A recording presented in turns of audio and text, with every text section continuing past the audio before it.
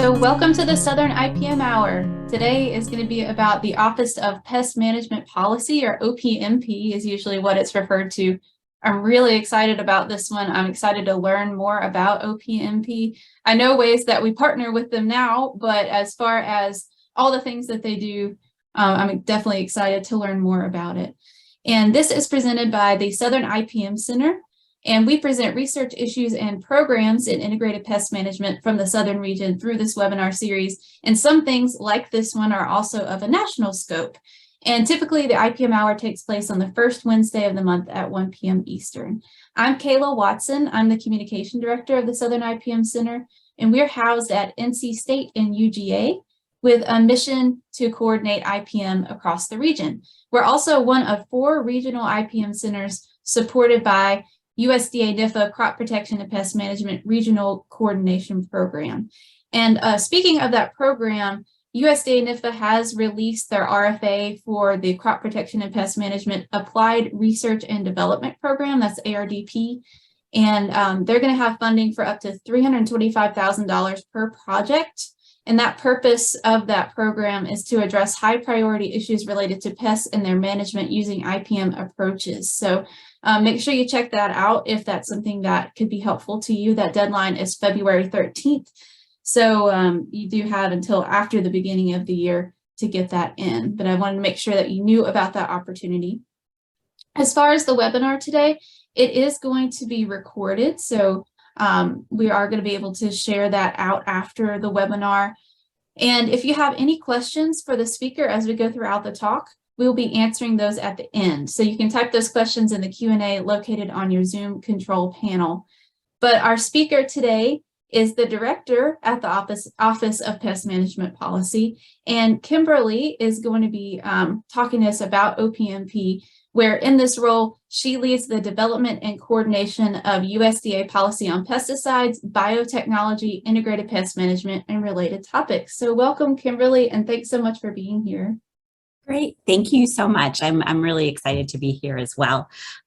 So I really appreciate this opportunity to talk with you all about OPMP, about what we do, and connect around some common interests that we have.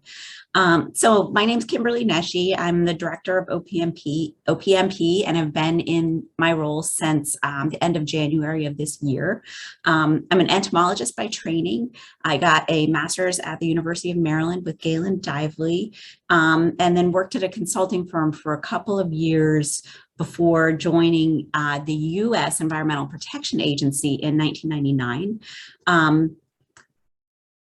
While I was at EPA, I worked at a number of divisions across the pesticide program, including PRD, the Pesticide Reevaluation Division. It was called something else then, the Registration Division, the Biopesticides and Pollution Prevention Division, and the Environmental Fate and Effects Division. Most recently, before joining USDA, I was the lead of the Biological and Economic Analysis Division in EPA. And so not to overwhelm you all with alphabet soup, but what I wanted to do is share that, because I think something that I learned from having been in various roles across the pesticide program, and that has become even more clear now in my role in USDA, is how much your perspective can change moving between roles and moving between organizations.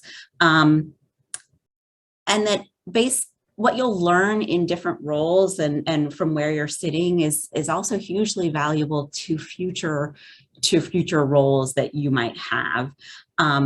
Everything is done through people and relationships. And so the relationships that you build over time with your peers, with your colleagues, really help everyone be more successful. So one thing I've learned about USDA now, having been here almost a year, is how big of an opportunity there is here at USDA to collaborate across the department. There's so many different areas of expertise and experience to coordinate with and to learn from that I feel like I haven't even really fully tapped all of the possibilities yet, but it's one of the things I'm excited about in this new role. and perspective, how my perspective has changed, like as a representative of the grower, as our primary stakeholder. I feel like I've learned more about how my perspective has changed and what more things I need to learn moving forward to better do my job here. So I will switch slides, assuming everything works there. Yes, great. So today what I was planning to do was go through who we are.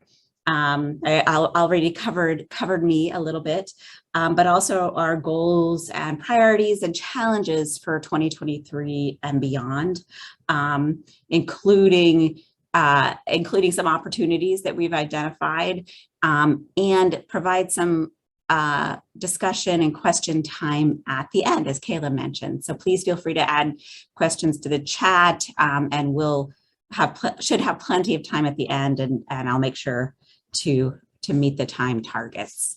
So the first thing I wanted to talk about was our staff. We are a small office with a huge breadth of experience in subject matter areas related to pesticides and pest management and biotechnology. Our expertise is in any given subject matter area is deep. I have highly technical, highly skilled people on my staff. We are only one deep, unfortunately, in any given subject matter area, which gives us a vulnerability if people move around, which happens, right?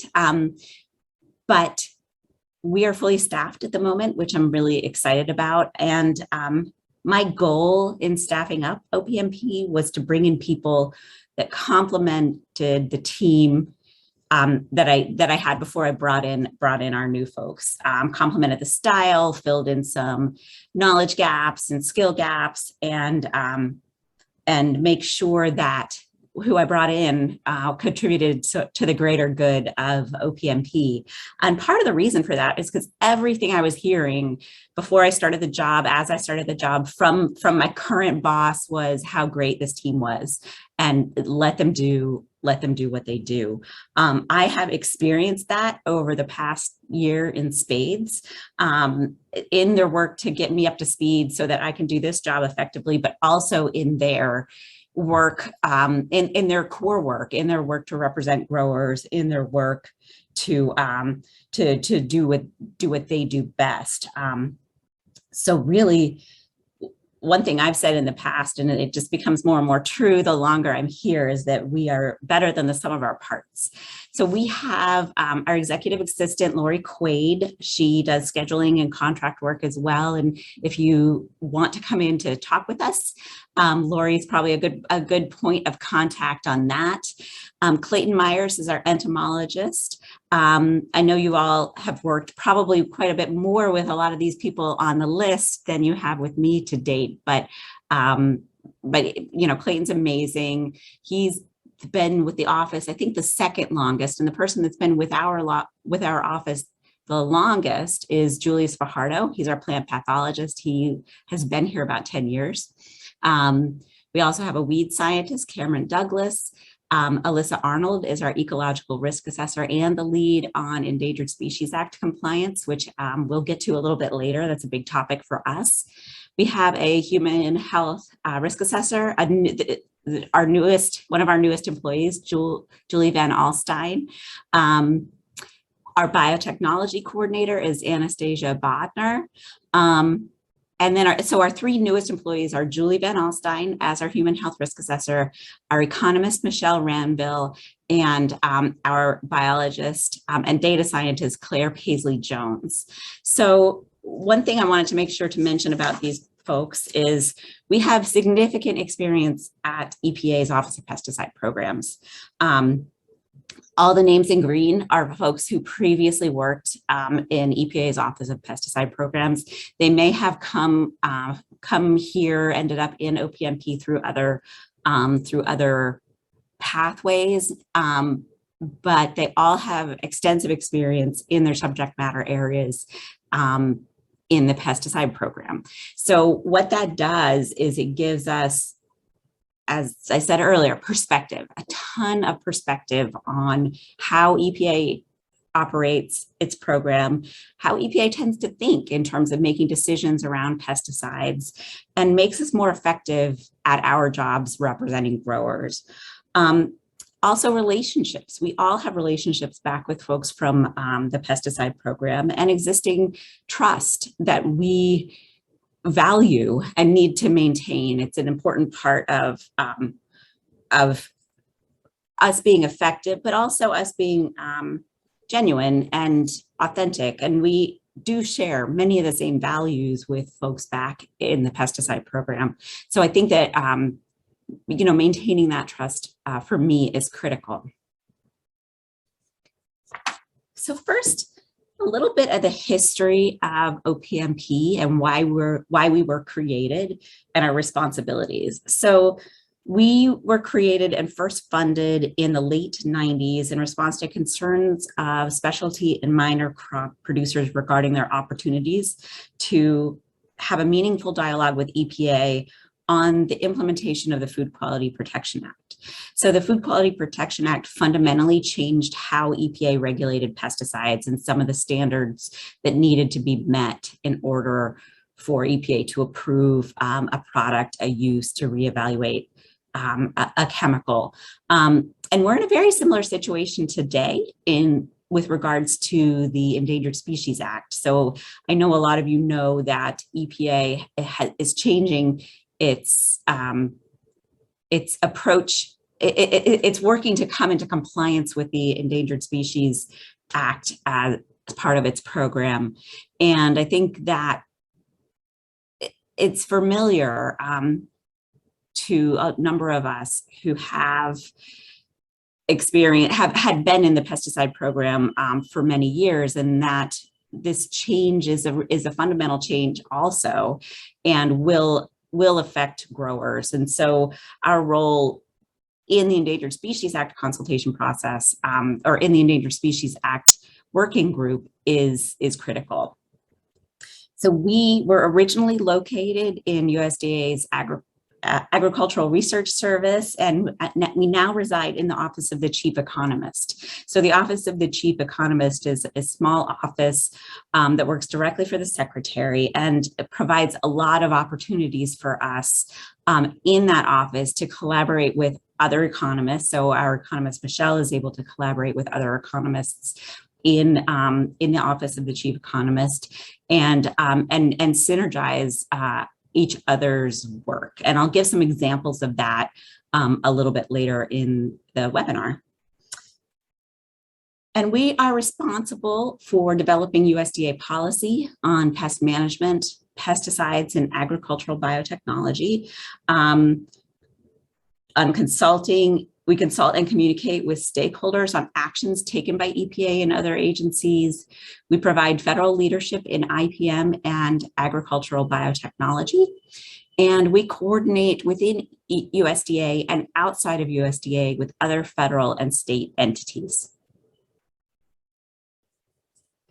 And while we have broad responsibilities and stakeholders, our core work is to represent the perspectives of growers, especially the specialty and minor crop producers.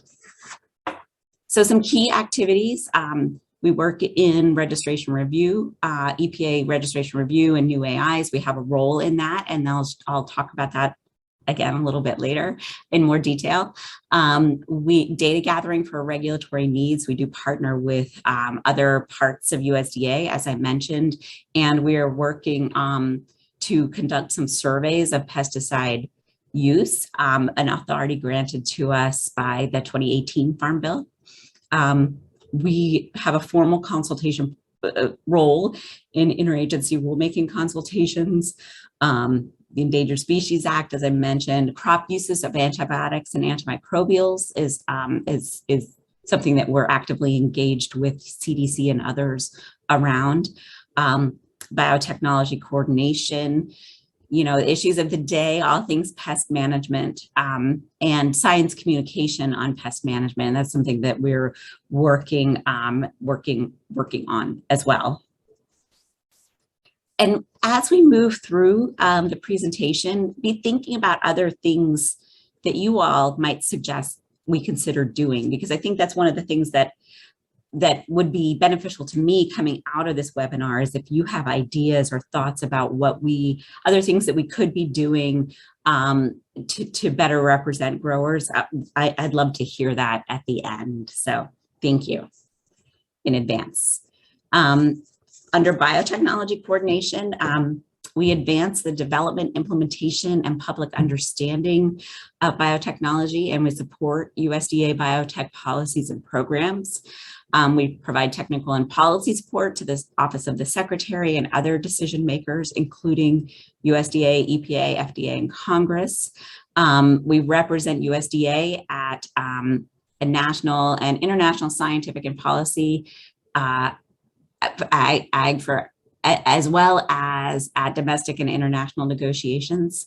And we are a contact point for industry, NGOs, and other federal, state agencies, farmers, and stakeholders on biotechnology. And this really is Anastasia, is one person at this point for us. She is the biotechnology coordinator for the department and is housed within OPMP, and we're very glad to have her because there is quite a lot of overlap, of course, with pest management as well, related to the BT crops and the herbicide tolerant crops. Our stakeholders. So as much as we do our best to keep up with emerging issues and developments in pest management through the data collection efforts that we have, published research, webinars, Twitter, but the reality is that we are not in the field. So a really important part of our job is connecting with our stakeholders, with people like you who have direct knowledge about current practices, evolving issues on the ground. Because of that, we do outreach with a broad range of stakeholders, including growers, pesticide applicators, registrants, other federal agencies and state agencies, extension agents, Congress, if appropriate, NGOs, and international agencies in some cases, such as FAO. We summarize, synthesize, and supplement the information we receive and provide it to our partners like EPA to help inform the regulatory process. And we're also responsible for providing data and factual information to support congressional activities and participate in the activities of various international organizations to represent U.S. agricultural interests. So we had an exercise earlier this year after I started, sort of a few months into my tenure here, to develop a mission statement.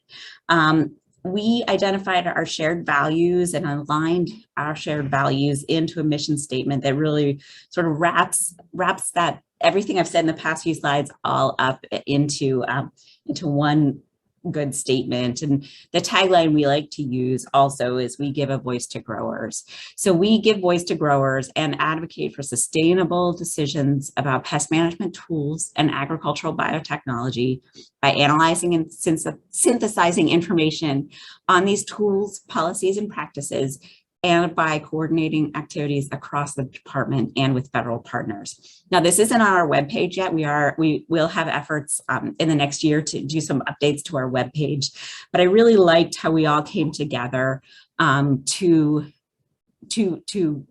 share our values and to really put a concrete mission down on paper. So that was particularly useful in bringing us into the next year, into 2023.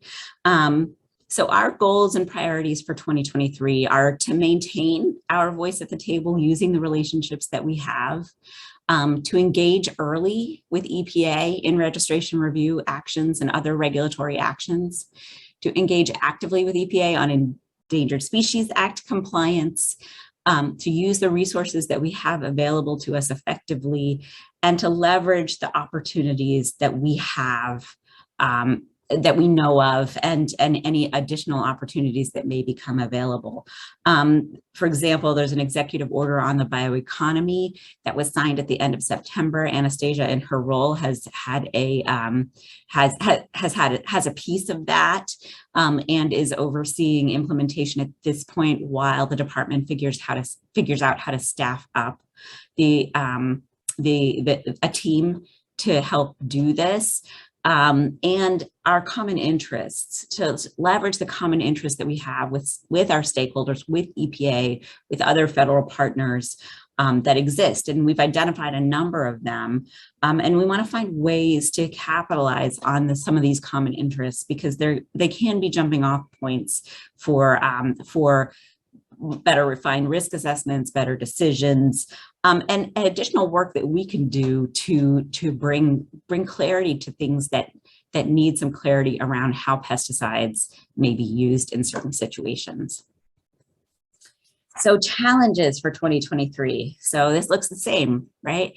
A lot of these things also bring their own challenges. There are two sides of the coin, right? And what I plan to do is go through each of these to talk about each of these sort of topic areas and discuss why they're important, what we're doing, but also what are the challenges in each of these and how we are working to address those challenges. So think about, and again, as we go through this, I'd really love for you to think about whether these meet grower needs. Are there additional challenges and things, goals and challenges we should be thinking about for the next year? I'd love to hear that. So stakeholder engagement is critical to our work, and relationships along the same lines are critical to our work. I can't say that strongly enough. We need input from the outside so that we get it right when we represent growers back to EPA, and so that the ultimate outcomes of EPA's regulatory decisions and regulatory processes make sense and are able to be implemented in the field. You know, we understand that there are use-specific needs, different needs of different stakeholders and different perspectives from different stakeholders. We need to represent all of this as best as we can. We understand there are needs of low acreage crops and niche uses and markets that may not be reflected in existing information. We understand that their accessibility to crop protection tools may be limited. I think everybody experienced some of that in the past year as a result of some supply chain issues. Low usage, so for example, the usage data that we rely on doesn't always correlate with a low benefit to a pesticide, and emerging diseases. All of these things are important things for us to synthesize, to analyze in developing our comments to EPA, and also potentially risk management suggestions that we think are better alternatives. Alternatives to pesticides. We recognize that there are different socioeconomic impacts of different alternatives to any given pesticide that may be up for review. So the cost per acre, operational impacts, the use of one product may not allow, for use at a colder season.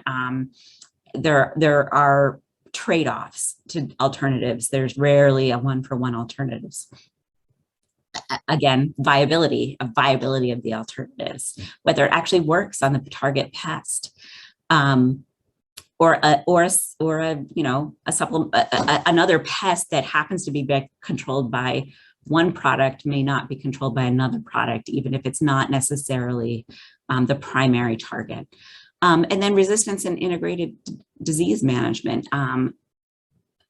Right now, there are a number of cases coming up with multi-site fungicides that we recognize are really critical to resistance management that need to be, and that needs to be considered. It needs to be part of all the factors that go into the decision-making process. And also workable solutions and ideas. That's one of the things we're trying to do more of is provide some rather than some just criticism of things the EPA may be considering, provide some alternate solutions, some alternate ideas. And so stakeholder voices matter in all of this. There are different marketplace motives and competing priorities that different entities have. Legal goals, the regulators are subject to different legal goals. We'll talk about the Endangered Species Act and FIFRA. The standards there are different. Practical goals of growers and just needing to make a profit. And then profitability goals of the registrants themselves. Good faith doesn't always guarantee a good outcome, and easy solutions aren't always workable solutions. So for all of these reasons, stakeholder input into the process is critical. Maintaining tools for specialty crop growers is a cross-cutting challenge, partly because of market forces, partly because of information. So our key priority is to help ensure low acreage crops and niche needs don't get left behind. And sometimes a bigger role that we play is being the voice to say, hang on, wait a second, let's think about this when EPA and industry and the registrants are ready to agree to something without consideration of grower needs, intentional or not. It may not be intentional at all. So this gives a little bit of context to U.S. crop acres. So it's not just a matter of market share, but this can impact how much the chemical companies actually know about the products that they're selling and the smaller markets that they serve. We can't assume that companies are going to have all the best information at their fingertips on the smallest of crops, like globe artichokes or cranberries. They may not have the contacts needed to fully represent. And this, of course, all of that is complicated by consolidations of companies. And the dynamic doesn't only impact registration or data support, it can impact the assumptions made by EPA risk assessors.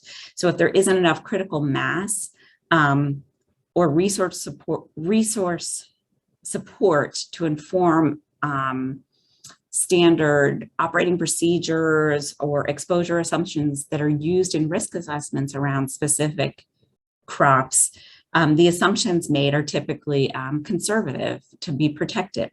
So sometimes these smaller crops, the exposure estimates may not reflect actual use in the field.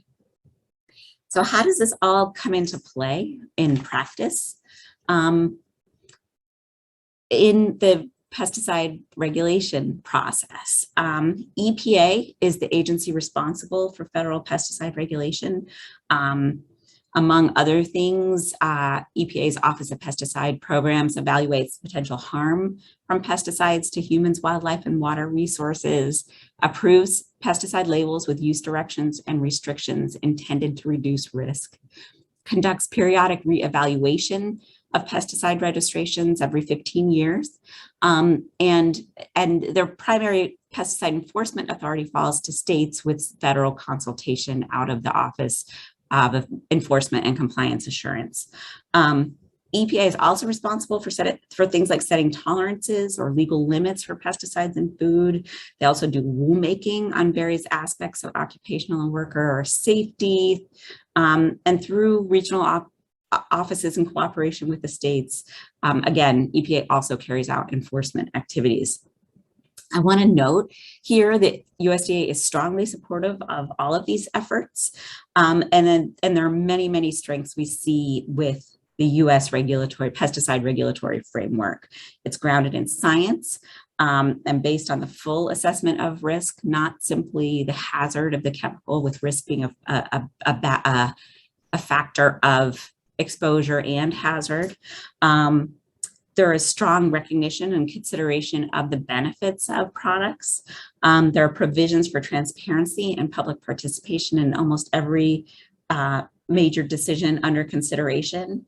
And this system has provided U.S. growers with one of the most robust pest management toolboxes in the world, but also U.S. consumers with safe, abundant food. In general, we believe that our regulatory system is working incredibly well for the interests of the American public.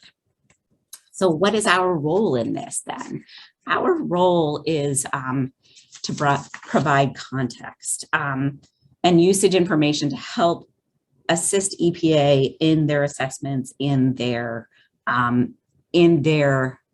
regulatory decisions, to help inform decisions and to help make sure that the decisions that are being released are sound and are workable and are reasonable. So we synthesize information, the available information that we have from stakeholders, again, being critical to the process, and research to help look at EPA's inputs for assessing risks, to look at the outcomes and look at the inputs in assessing risk. For example, is a typical rate being used in the assessment of risk, or is a worst case scenario being used? What is the pesticide used for? How is it applied? Where is it applied? When is it applied? And how much of the pesticide is used? What are the existing label use directions and restrictions, and how that compares to use in the real world? For example, some products can be applied at a lower rate than is labeled, and if that's the typical practice and sufficient to control the pests needed to be controlled, we believe that should be considered in the risk assessment process. We also look closely at EPA's outputs, so the rulemaking that they provide and the impacts of any proposed changes that they have to pesticides, to the regulatory scheme. Some proposed changes may unnecessarily restrict or limit pesticide use and may be expensive or difficult for growers or applicators to implement. None of that is great, because what happens then is there's a potential for non-compliance, or a potential for growers and applicators to lose access to a tool, like lose pragmatic, actual control needed, a tool needed to control a specific pest. We also provide benefits information. We coordinate a lot with my former division, the Biological and Economic Analysis Division, on questions often earlier in the process to look at the availability and viability of alternatives, to compare the risks of the available alternatives, the importance of the product to disease and fungicide resistance management, and integrated pest management, of course. And then we can provide alternative options where feasible. So if there are assumptions being made about how a product may be used, often we are able to give some information to help refine those assumptions, and then also potentially provide alternate solutions to what EPA is proposing. And you'll see examples of that in the comments that we submit to EPA, either during the consideration process or in the public docket. And without being completely exhaustive, I wanted to highlight some of the examples of niche crops and needs for which our input has helped steer EPA and the companies towards label mitigation outcomes that don't leave specialty growers behind. And so we have a list up here. If anybody wants additional information on these, let us know. We can give you some concrete examples where our input has helped to, in one recent case, to maintain an active ingredient. So reevaluation challenges. So where are the challenges? So there are a number of challenges in EPA's, in the reevaluation process and our role in that right now. EPA is at the end of the first round of reevaluation, which means that they are looking at the very most difficult cases that they have, the high-risk chemicals with high benefit. If something was high risk with low benefit, it probably already had been addressed. Something had low risk and high benefit, again, probably sailed through. But at this point in the process, these are the hard ones. And I think that makes our role even more important in terms of refinements and alternate solutions, and just being at the table to make sure that the minor crop growers and others are represented. In some cases, there are a number of chemicals that may have use in the same crop that are all coming up at the same time, and maybe even similar uses.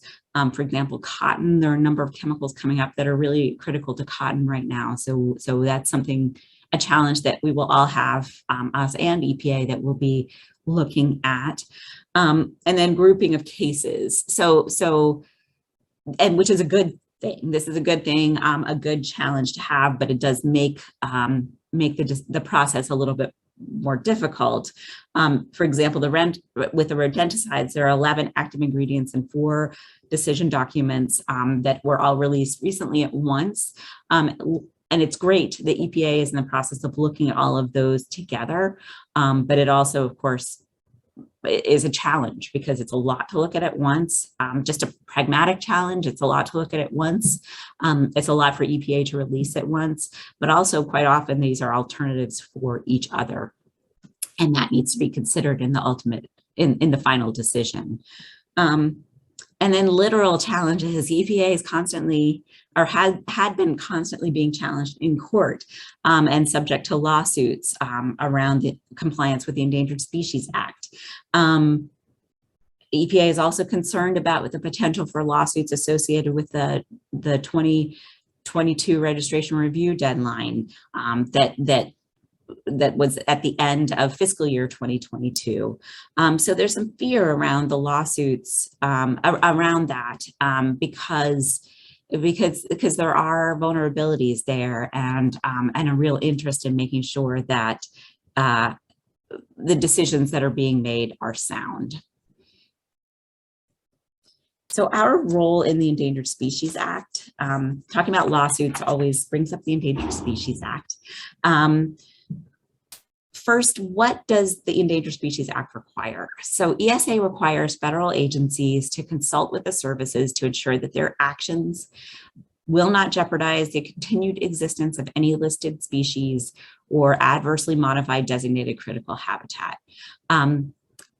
OPMP is a member of the FIFRA ESA interagency working group that was created under the 2018 Farm Bill to discuss improvements to the consultation process for pesticide regulatory actions.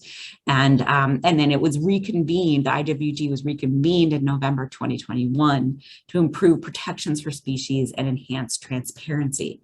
Our role in the consultation process is our role on the IWG and in the consultation process is unique in that we aren't formally part of the consultation process. Those happen between EPA and the services, so the Fish and Wildlife Service and the National Marine Fisheries Service. But instead, we work closely with EPA and the services to represent the perspectives of agricultural stakeholders during the development of EPA's biological evaluations and the services biological opinions.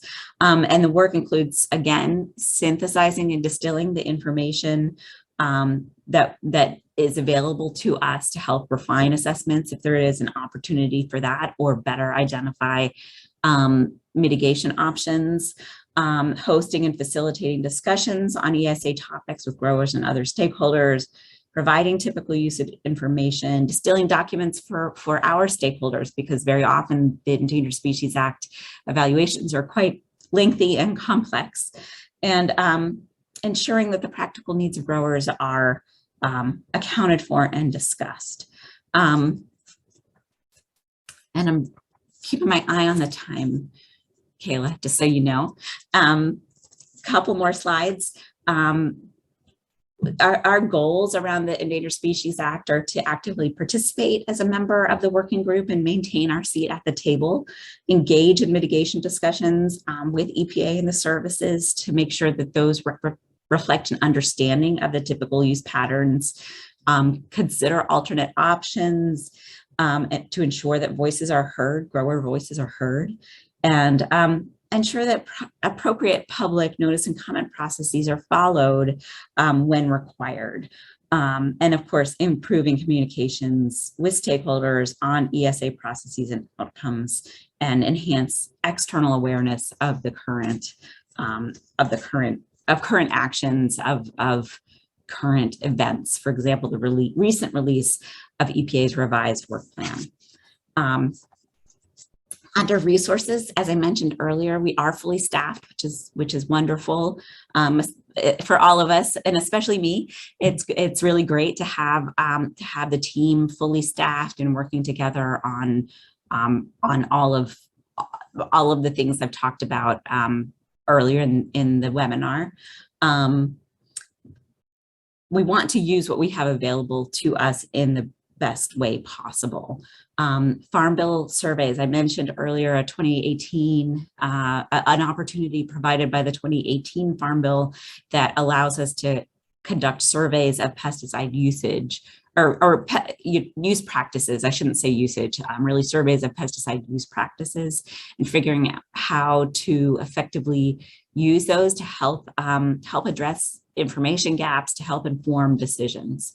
And then the federal IPM coordinating committee. So we have a leadership role on the federal IPM coordinating committee as well. So we chair the coordinating committee, which coordinates and communicates across federal agencies, the IPM centers, for example, our host today, and others to promote IPM strategies. We are working to look at the national roadmap to see where we are in terms of the national roadmap on IPM. We also regularly interact with research scientists, but there may be some on the call today. I know that the IPM centers do as well, regarding pest management strategies in the context of pesticide proposals or restrictions, and engagement. So we are a member of a planning committee for an effort to reinvigorate IPM. And I think that there's information on that is still under development, but we are actively participating as a member of the planning committee. We also want to leverage opportunities. So again, being seated in the Office of the Chief Economist gives us the opportunity to collaborate. The Office of the Chief Economist has a number of sub-offices that are unique as well. For example, there's an office, I'll never remember the acronym, but on climate, that is, of course, as everyone knows, a priority for this administration. So what we're doing is partnering to look at climate smart practices and to see whether EPA, some of the restrictions the EPA may be proposing, what their impact is on some climate smart practices, because everything is operating in a system.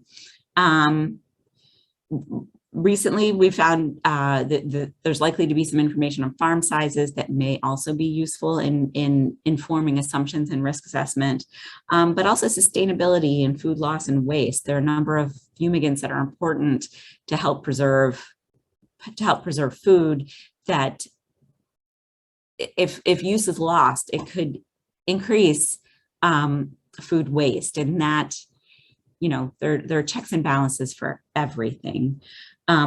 Again, there's the executive order on the bioeconomy that we are involved with through our biotechnology coordinator. And then the common interests that we've identified as opportunities in the future are, again, the protection of species. So we know that EPA has an interest in protecting species, in coming into compliance with the Endangered Species Act. And the reason for that is to protect endangered species. We also know our stakeholders, our growers, have an interest in that as well. As stewards of the land, they want to protect endangered species as well. So building on that common interest there. Durable registrations. EPA's efforts to come into compliance with the Endangered Species Act helps make sure that those registrations withstand challenge. Buy-in from ag is critical to the success of various mitigations, to making sure that protections are actually put in place and effective, and makes sense on the field. People actually know how to do it. Precision agriculture is something else we've identified as a potential opportunity. So we know that growers use different precision agricultural tools, and those tools provide some exposure reduction. And we also know that exposure reduction is not necessarily accounted for in risk assessment, and not for any malicious reason. It's just simply that folks don't know how to yet. So we see this as an opportunity within OPMP to look at that more closely and figure out what might be needed to actually account for that numerically in risk estimates. And as well, electronic labeling. There's a real benefit to everyone from electronic labeling. So we are, of course, supporting EPA's efforts on electronic labeling, and working with companies to learn more about what companies are doing to make sure that that's something that is to maintain sort of the pressure around that need. So this is just a nice schematic on stakeholder engagement that really shows it as the first step towards successful outcomes in a collaborative process. And that kind of brings me to our discussion and our questions. I teed up a few discussion questions here. How can we better utilize the IPM centers? What do you all need from us or from OPMP? What do growers and others need from us in OPMP? Do you have other ideas around our focus and our priorities? And thank you so much to Kayla and Joe for hosting me today in the Southern IPM Center. I'm really delighted to be here, and glad to take your questions. All right, thanks so much, Kimberly. I definitely know a lot more about OPMP than I did before, so it's very helpful. We do have some questions for you, and just a reminder, you can put those in the Q&A, or you can just raise your hand. So Jerry right now has a question. So Jerry, I'm going to unmute you. Okay. And let you ask. Okay. Hey, Jerry. Hey, Dan, how you doing? Jerry Barron here. Hi. Hey. So one of the things that have been keeping me up at night is the fact with EPA's work plan for assessing the endangered species, they're focusing their effort on new active ingredients.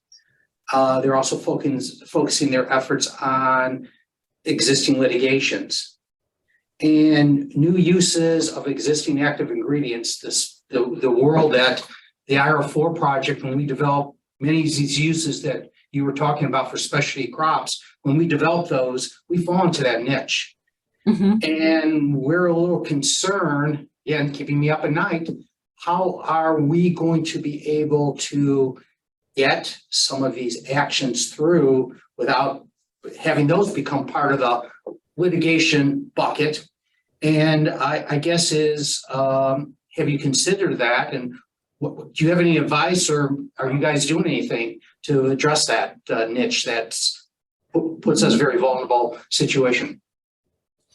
Yeah, that's a great question, Jerry. And it is a vulnerable situation because there has been a historical lack of compliance with the Endangered Species Act when new uses have been granted. My suggestions around that would be, and there are a couple areas in here that we might be able to help with as well, is when new uses come up, having some information on what the competing products might be is going to be really important for EPA. If EPA wants to move forward with something, regardless of compliance, they need a strong case to be able to do that. So being aware of what products might be being, or products or actives might be being replaced, and also, maintaining conversations with EPA around the new uses, because they might have a good sense from conversations that they're having with other stakeholders, which of those new uses might have more of a target on them than others. So for example, the neonics, everybody knows that there are concerns around the neonics and pollinators. So new uses on something, on a chemical like that might be a taller ask than some other chemicals. But I know you do that. I know you do that already in terms of the work that you do to identify where to spend your resources. So I think keep doing that. And I think that there's still a lot that remains to be seen around compliance with the Endangered Species Act and how this is all going to work, to shake out, right? And EPA is still learning as well. So I think maintaining the contacts, knowing what use, knowing the alternative products, and recognizing which chemicals are more likely to be targets. Thank you. Does that help, Jerry? Yes, it does. Thank you. All right, Kimberly, we've also got a question from Denisha Seth Carley. Denisha is the director at CIPM at NC State University. So Denisha, you should be able to unmute and ask. Thank you, Kayla. Kimberly, so nice I can see you, you can't see me, but it was really nice. We met, of course, last March at the Denver IPM Symposium. Thank you so much for your presentation. It was just wonderful. And actually, I had put my question in before you addressed it a little bit, but I think it's still a germane question. And my question is simply, how would you like to see OPMP expand your network in the coming year or years?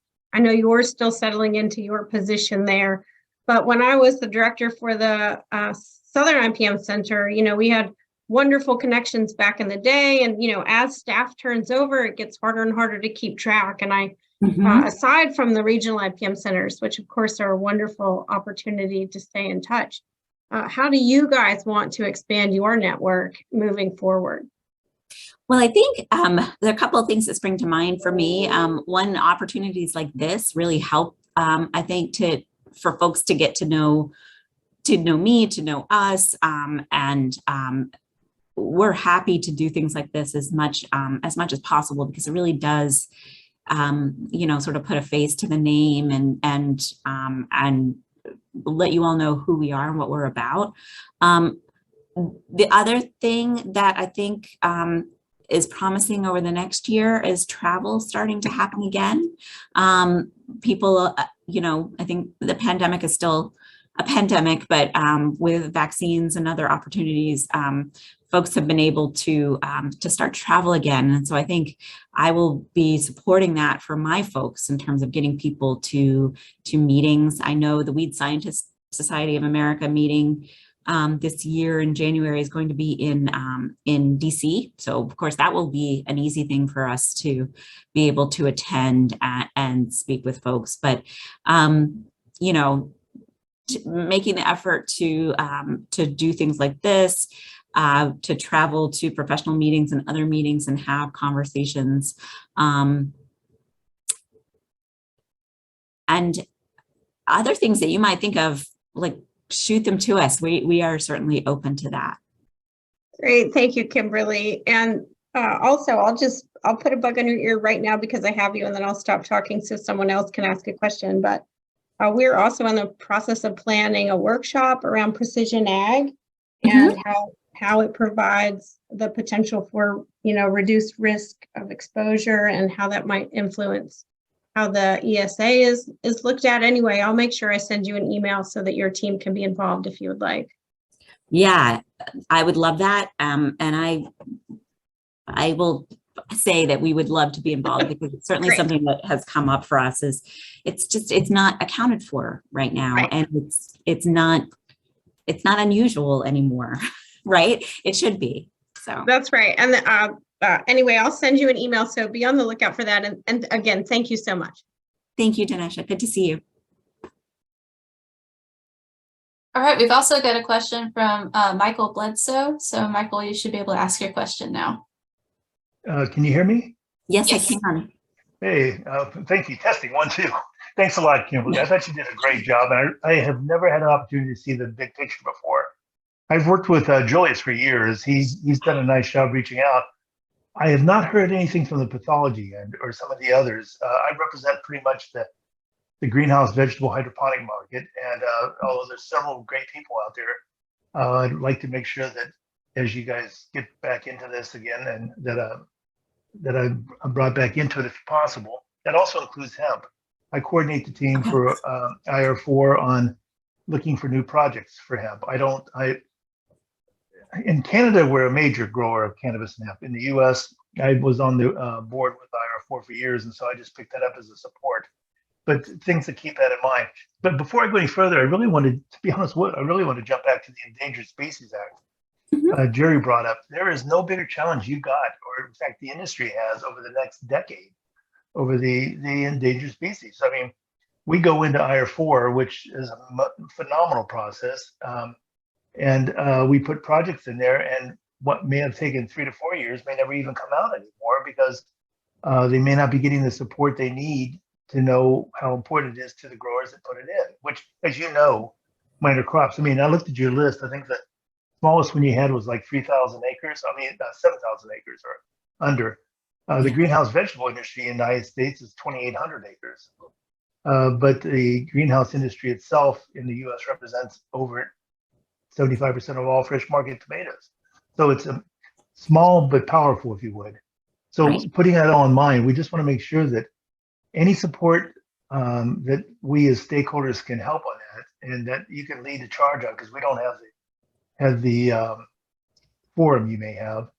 That I can't state enough how important it's going to be. I mean, Jerry brought it up. I think he did a great job of throwing it out there, putting it out. But the point is that you need to get support, and you need to make sure that all the groups are being represented.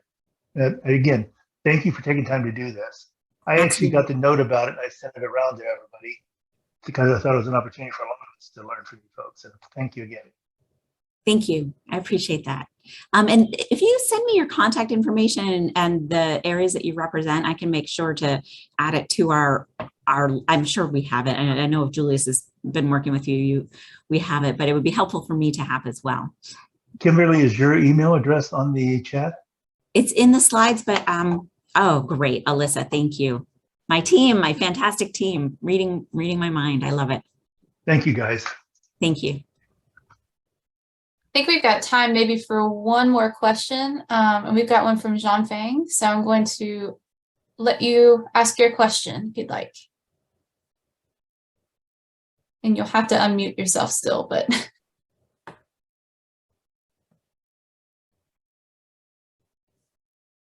But we'll come back to that one. I'm going to call on Matt Bauer and see if Matt would like to ask his question or maybe elaborate more on a question he was asking earlier. He was talking, well, go ahead, Matt. I see you're on now. Hey, Kimberly, good to see you. Hi, Matt. Good to see you too. So as you mentioned, there's this new strategy of batch processing, the registration reviews. And I'm wondering, because we really struggle with this, the 60-day comment period oftentimes is just barely sufficient to deal with these batch processes. Is anybody talking about that 60-day comment period and maybe adjusting it? I know there's pros and cons to that, but I know for us to pull information oftentimes on like the sulfonated ureas, when we got those comments, I mean, there was 35 products on those things, and it was a real challenge to get it in that 60-day period. Right. Yes, we've experienced that as well. So recently, a couple cases have been released with 75-day comment periods, which sounds good. But the concern there is part of the reason EPA is providing the additional time up front is because they aren't going to be able to extend comment periods or those specific comment periods any longer as a result of some court-ordered deadlines and other deadlines that they need to meet. So yes, we recognize it as a problem. It's something that we'll continue to talk to EPA about, but with the deadlines that they're subject to right now, I think it might get worse before it gets better in terms of the time, in terms of getting the work done to fully respond. So we will, continue to do our part to make sure to raise awareness, to make sure people have access to the pieces that they need and are able to comment within the deadlines. The other thing I would say is, something goes in late, very often EPA will still look at it, but that is certainly not a recommendation. But it is. Thanks, Matt. Okay, Kimberly. So I know you said earlier you had somewhere to be at 2 o'clock. So I want to be respectful of your time. I thank you so much for being with us today. And I'm hoping that this can really be the beginning of a much longer conversation with the centers and how to, how to better reach stakeholders and things like that. So I really appreciate you being here. And I hope it was worth your while too. Oh, absolutely. Absolutely. And you guys all have my email. So please feel free to reach out to me and others on my team. And I do see Deb Grantham's note on effort towards multilingual labeling. So I would like to give a little plug for a webinar that we have coming up in about a week around labeled language justice that talks, I think it may address a little bit about the need for language to be presented in a way that need for information to be presented in a way that people understand.